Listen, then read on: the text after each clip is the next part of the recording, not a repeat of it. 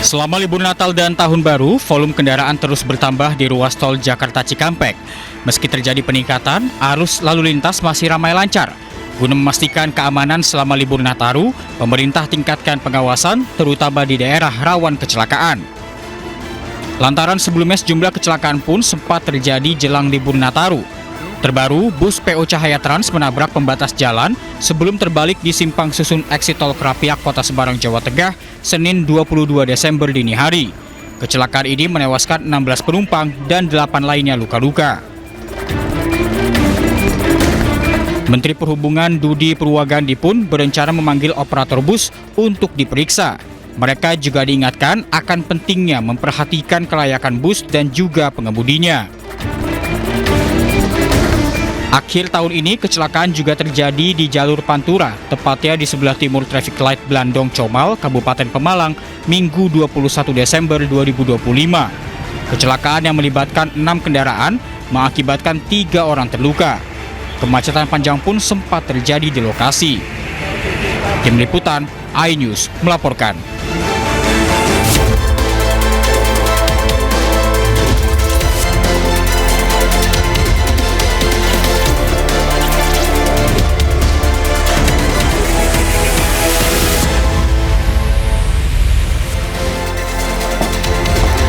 Halo, selamat siang pemirsa. Pemerintah meminta seluruh dirut BUMN yang berhubungan dengan transportasi turun langsung untuk memantau libur Natal dan Tahun Baru. Sementara itu, Wakil Gubernur Bangka Belitung menjadi tersangka ijazah palsu. Selain informasi tadi, kami juga akan hadir dengan beragam informasi menarik dan terkini terkait dengan kebijakan hingga kegiatan para pemimpin bangsa. Bersama saya Camar Haenda, inilah Pemimpin Rakyat, Pemimpin Beraksi, Rakyat Awasi.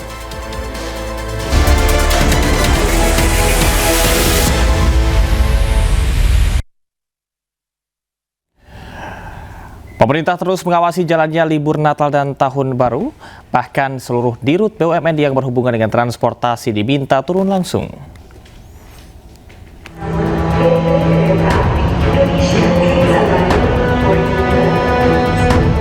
Memasuki H-1 Natal, stasiun Pasar Senen Jakarta alami pelonjakan penumpang.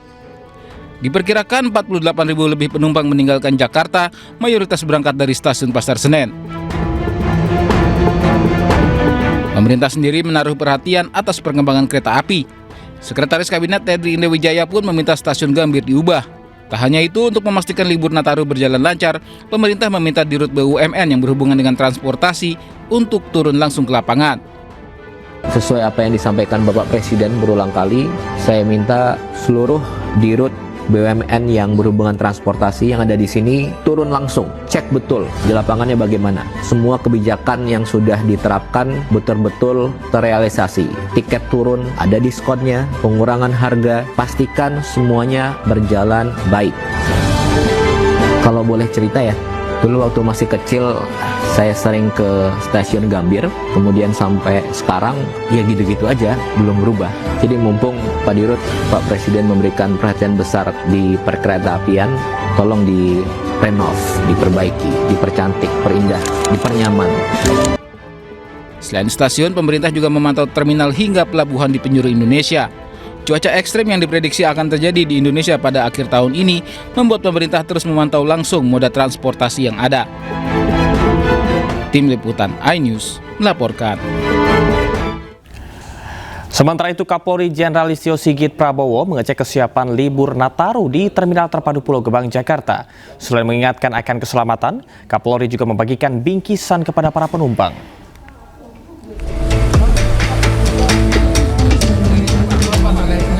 Kapolri Jenderal Listio Sigit Prabowo meninjau Terminal Bus Terpadu Pulau Gebang Selasa sore. Begitu tiba, Kapolri langsung mengecek posko keamanan dan pos kesehatan. Kapolri memastikan semua sopir bus yang melakukan perjalanan keluar kota sudah menjalani cek kesehatan. Para pengemudi pun diingatkan untuk berhati-hati saat berkendara. Saya ingatkan kepada para pengemudi khususnya agar tidak memaksakan diri pada saat membawa penumpang, dan kecepatannya tolong dijaga sesuai dengan aturan yang ada. Disiapkan juga pengemudi pengganti sehingga pada saat lelah bisa saling bergantian. Tidak hanya itu, Kapolri juga menyapa para penumpang yang berada di terminal maupun di dalam bus, serta membagikan bingkisan untuk para pemudik, khususnya bagi anak-anak. Selama menyambut Natal dan Tahun Baru, Dinas Perhubungan melakukan rem cek bagi seluruh bus sejak 19 November hingga 5 Januari di terminal utama. Dari Jakarta, Rizky Falufi, iNews melaporkan. Pemirsa, selain Kapolri, Menko Bidang Pembangunan Manusia dan Kebudayaan Pratikno juga mengecek kesiapan Pelabuhan Merak menyambut libur Natal dan Tahun Baru. Dalam kunjungannya, Pratikno mengingatkan pentingnya kewaspadaan lantaran cuaca buruk diprediksi masih akan terus terjadi.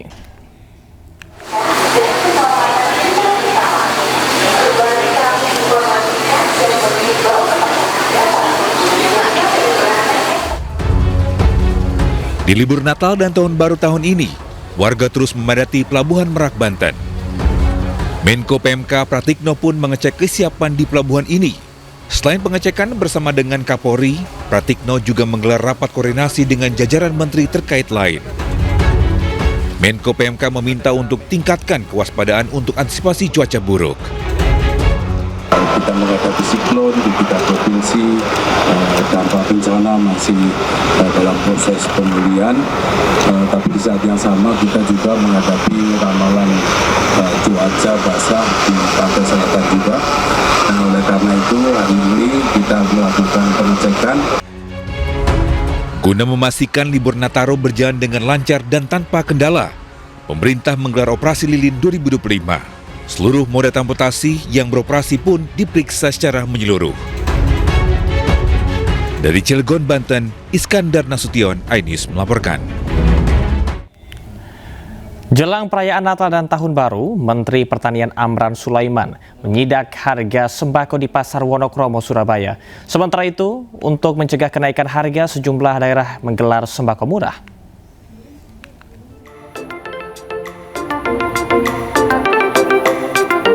Sejumlah cara terus dilakukan untuk mencegah kenaikan harga kebutuhan pokok yang tak terkendali. Menteri Pertanian Amran Sulaiman melakukan pengecekan harga 9 bahan makanan pokok di Pasar Wonokromo, Surabaya, Jawa Timur. Dari hasil sidak ditemukan harga minyak kita di 2 pedagang yang berbeda. Minyak goreng subsidi ini dijual dengan harga Rp16.000 per liter atau Rp300 lebih tinggi dari harga eceran tertinggi yang ditetapkan pemerintah, yakni Rp15.700 per liter. Atas temuan ini, Menteri Pertanian meminta dinas berwenang di daerah untuk melacak kenaikan harga ini. Jika ditemukan pelanggaran pada produsen, pemerintah tegas akan melakukan sanksi pencabutan izin.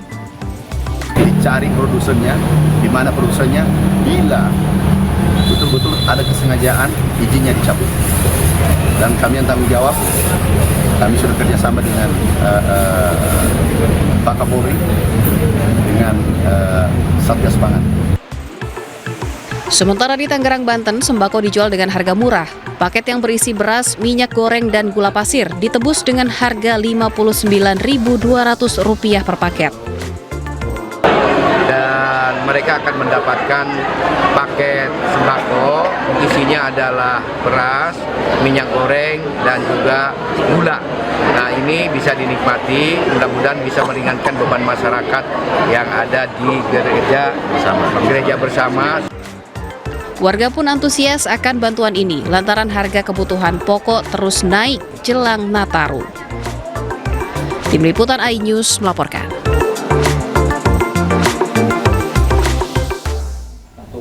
Keberangkatan calon haji dari lokasi bencana Sumatera ditunda. Informasi selengkapnya usai jeda, tetaplah di Pemimpin Rakyat.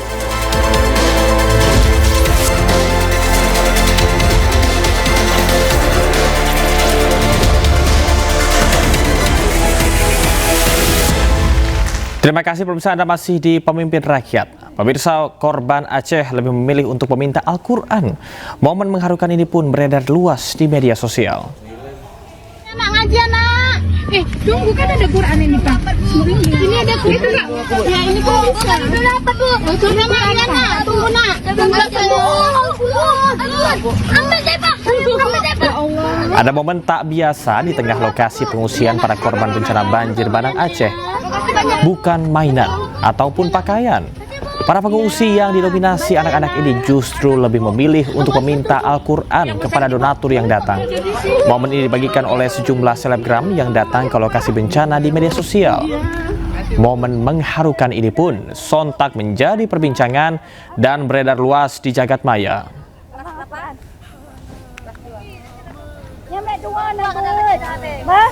Dua nama doa kurang dia awak orang bersehat.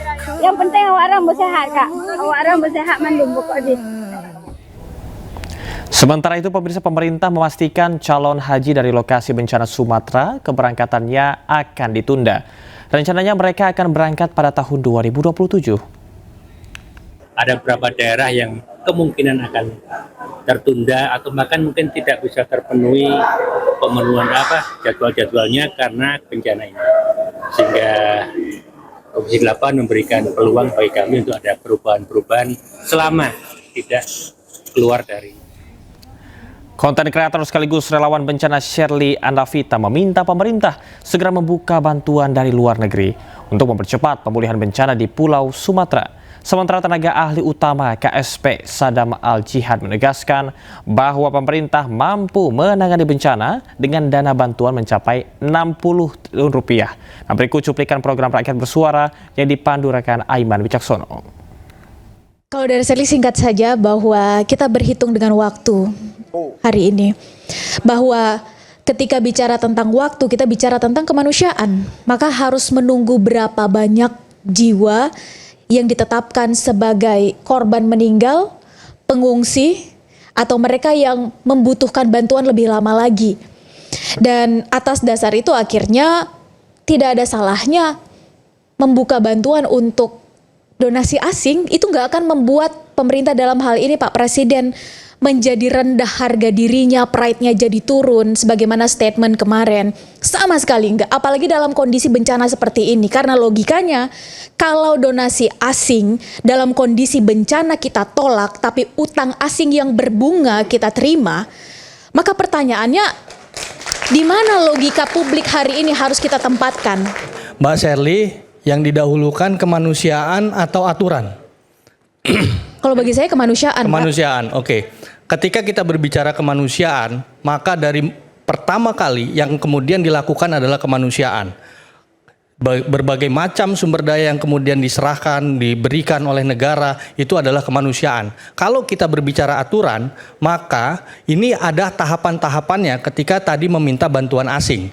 Artinya itu kita akan, ini posisi force majeure, makanya pemerintah harus hadir dengan cepat karena itulah kemanusiaan. Yang kedua, ketika kita berbicara soal bantuan asing, ketika Aceh, di tsunami Aceh itu total bantuan asing state to state itu 42,9 triliun. 2004 ya waktu itu? 2004. Dengan status bencana nasional. Ada 5 negara dan dari satu United Nation. Okay. Nah, kemudian ketika hari ini dukungan dari Pak Presiden, dari pemerintah, dari Menteri Keuangan itu sebesar 60 triliun dengan pemangkasan dana-dana atau efisiensi kementerian lembaga yang menggunakan rapat-rapat yang tidak penting.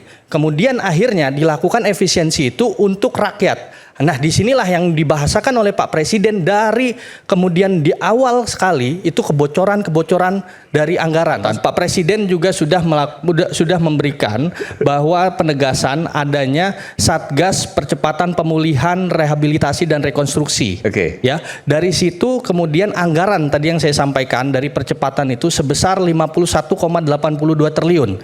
Dan dari situ pula itu anggaran kemudian diaminkan oleh Menteri Keuangan sebesar 60 triliun. Per hari ini transfer ke daerah itu 44 triliun. Artinya saya mau bilang bahwa dari transfer ke daerah untuk bantuan support dari Aceh, Sumatera Utara dan Sumatera Barat itu sudah melebihi bantuan asing ketika di tsunami Aceh. Indonesia resmi diajukan menjadi Presiden Dewan Hak Asasi Manusia PBB.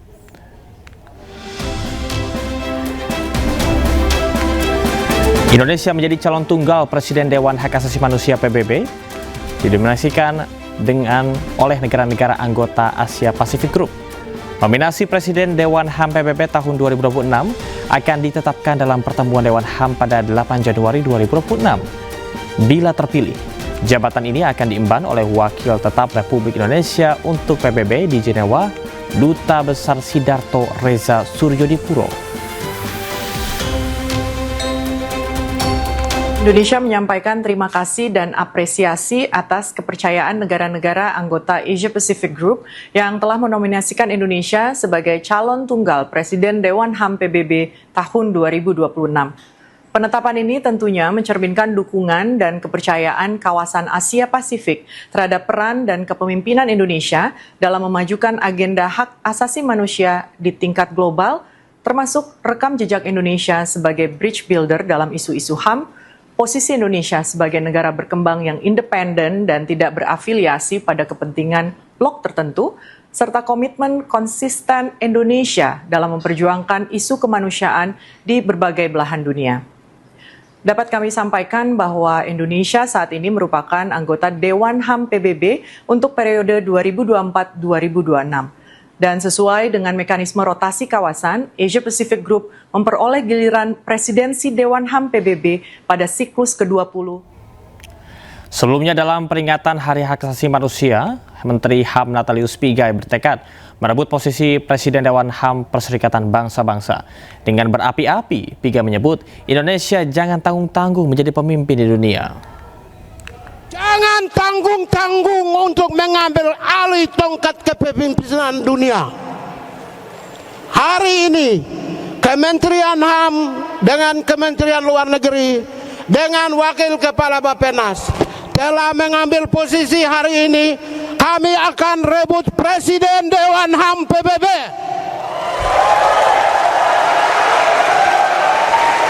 Saya sudah keliling negara-negara.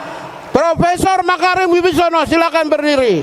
Telah bertemu Presiden Dewan HAM PBB bahwa kami ingin menjadi Presiden Dewan HAM PBB.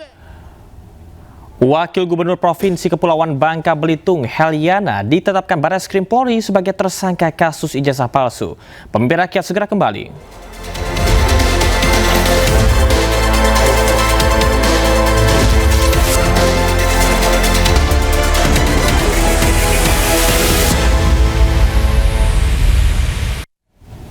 Terima kasih Anda masih di Pemimpin Rakyat bersama saya Camar Haenda. Presiden Prabowo meresmikan puluhan ribu unit rumah bersubsidi di Serang, Banten. Penyerahan kunci program rumah bersubsidi ini diberikan secara simbolis kepada para penerima manfaat.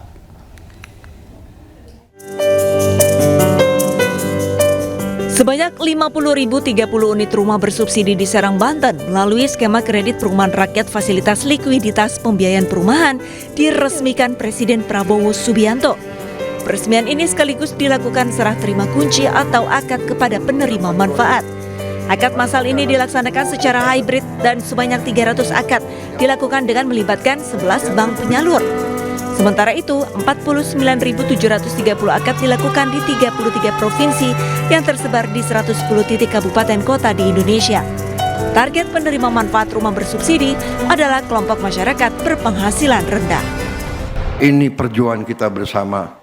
Karena itu saya ucapkan terima kasih ke semua pihak yang hari ini bersatu sehingga kita bisa memberi suatu kualitas hidup kepada rakyat kita. Mereka harus punya rumah yang layak. Ini usaha yang sangat membanggakan tapi masih jauh daripada yang harus kita capai. Saya terima kasih kepada Saudara Marwar Sirait, Menteri Perumahan, dan semua menteri-menteri lain. Tidak ada satu menteri yang berhasil. Kita satu tim. Presiden menegaskan program perumahan bersubsidi merupakan program berkelanjutan dari era kepemimpinan Presiden ke-6 Susilo Bambang Yudhoyono. Prabowo juga meminta menteri-menterinya memperhatikan kualitas pembangunan rumah bersubsidi agar masyarakat nyaman dan aman. Wakil Gubernur Provinsi Kepulauan Bangka Belitung, Heliana, ditetapkan oleh Barreskrim Polri sebagai tersangka kasus ijazah palsu. Heliana juga berstatus terdakwa penipuan yang kasusnya sedang bergulir di Pengadilan Pangkal Pinang.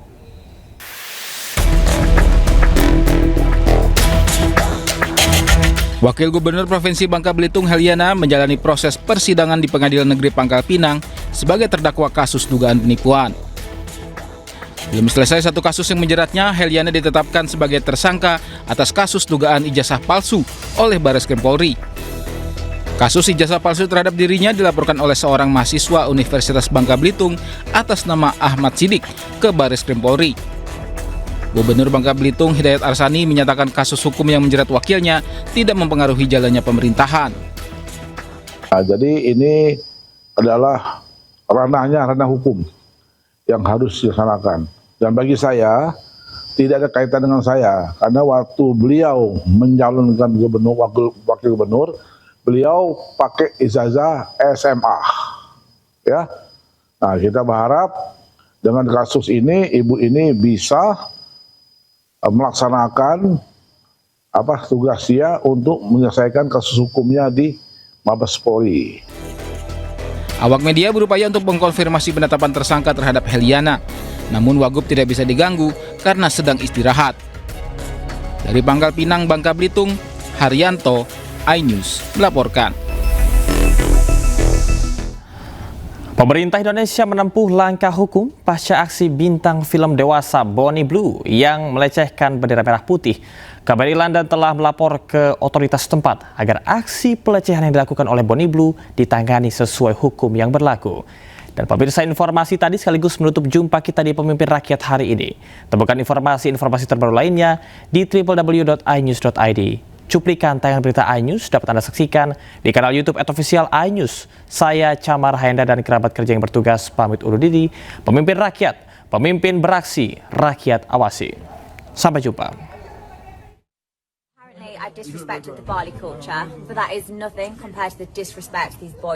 Pemerintah Indonesia menempuh langkah diplomatik dan hukum pasca aksi selebritas film dewasa Bonnie Blue yang melecehkan bendera merah putih.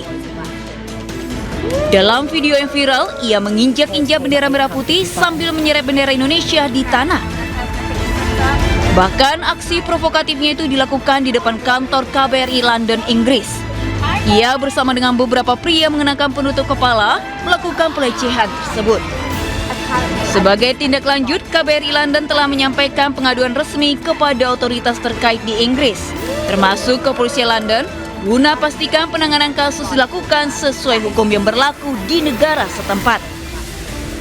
Dalam kaitan tersebut, KBRI London telah menyampaikan pengaduan resmi kepada otoritas terkait di Inggris, termasuk Kementerian Luar Negeri Inggris dan kepolisian setempat, untuk penanganan lebih lanjut sesuai dengan hukum, prosedur, dan kewenangan yang berlaku di Inggris. Kami juga menegaskan bahwa kebebasan berekspresi tidak dapat digunakan sebagai pembenaran untuk merendahkan simbol negara lain atau mencederai prinsip saling menghormati dalam hubungan antar negara. Sebelumnya, Bonnie Blue dideportasi dari Indonesia setelah melakukan pelanggaran lalu lintas dengan membuat konten sambil mengendarai mobil pickup di jalan raya di Bali. Bonnie juga dijatuhi hukuman pidana denda Rp200.000 di Pengadilan Negeri Denpasar. Pihak Imigrasi Ngurah Rai Bali telah mengajukan penangkalan terhadap Bonnie selama 10 tahun sejak 12 Desember 2025. Tim Liputan iNews melaporkan.